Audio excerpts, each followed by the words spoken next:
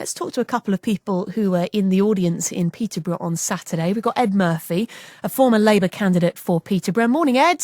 Good morning, Dottie. And Aasiyah Joseph, Labour Councillor for Park Ward. Morning, Aasiyah. Good morning. So let me ask you both, first of all, what are you looking for in a Labour leader? Aasiyah, why don't you take that one first? I'm looking for someone who's going to unite the party and someone who's going to be electable and appeal to the popular voters, because I believe we have a responsibility as members to pick an electable leader, or we will be condemning the people of this country to more and more years of Conservative rule, cuts and austerity. I mean, Ed, let me put this to you. The leader who might unite the party could be different from the one who's actually electable. What do you think? What are you looking for in a Labour leader? Somebody that can lead a Labour government that will bring about change whereby future generations do better than we're doing at the moment. There's some big issues as well, like the Green New Deal has to be at the centre of any manifesto. OK, so in light of all of that, what did you make of the candidates on Saturday at the hustings? Ed, who was your pick? Well, I'll tell you what was surprising. I thought Nandy came across really, really well. That was unexpected. No one candidate was head and shoulders above the other, however, when you look at the content. And over the next few weeks, I'll be making up my mind. What was it about Nandy that made her kind of stand out?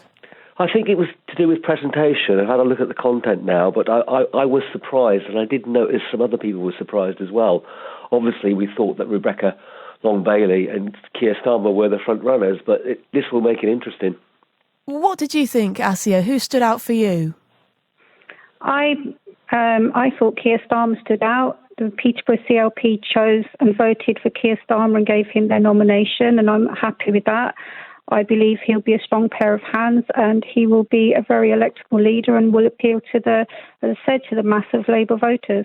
A strong pair of hands. It's almost damning with faint praise, really. Do you see what I mean? Is he the kind of dull option, Keir Starmer? I don't think he's a dull option at all. I think he's a responsible option. And as I say, I think he's the one that's going to appeal to the majority of Labour voters, win those voters back and get us an electable leader, because when you're in opposition, you can't actually obviously do the things that you want to do. So we need to be empowered to be able to bring about the change that will benefit the people of Great Britain. Does it bother you that Keir Starmer, Aasiyah, obviously he was very associated with the previous leadership? You know, he was Jeremy Corbyn's shadow Brexit secretary, and that's the Labour leadership that really lost Labour the last election. Is he tarnished by association? I don't believe so. I think he had a role in the cabinet, and he's acknowledged that Brexit has now happened and that we need to move on and we need to try and make the best of the deal that going forward. Whatever happened. And I think what Keir's saying is that we need to learn the lessons from the mistakes we made and move on and make things better. And that's the difference, isn't it? You know, if you keep on making mistakes, not learning from them, then they are mistakes. But you can obviously gain from mistakes and then they become an experience. And I think that's what we will do. He will learn from the mistakes of the past and move on and make things better. Would you be happy with Keir Starmer, Ed? I'll be happy with whoever the membership of the party choose. Interestingly, he didn't talk about Brexit on Saturday. They took about an hour of questions. We had a lot of questions. It was quite wide, the subjects that they talked about. I agreed with Keir. I wanted to stay in Europe, but that didn't really come up in his address on Saturday. So we'll have to wait and see on that one. Were they taking questions from the audience? Yeah, there were predetermined questions. There was quite a lot, actually. They worked very hard. About an hour of questions. They got through nearly a dozen. And they were all pretty good, actually, the way they dealt with it. Not a lot of waffle.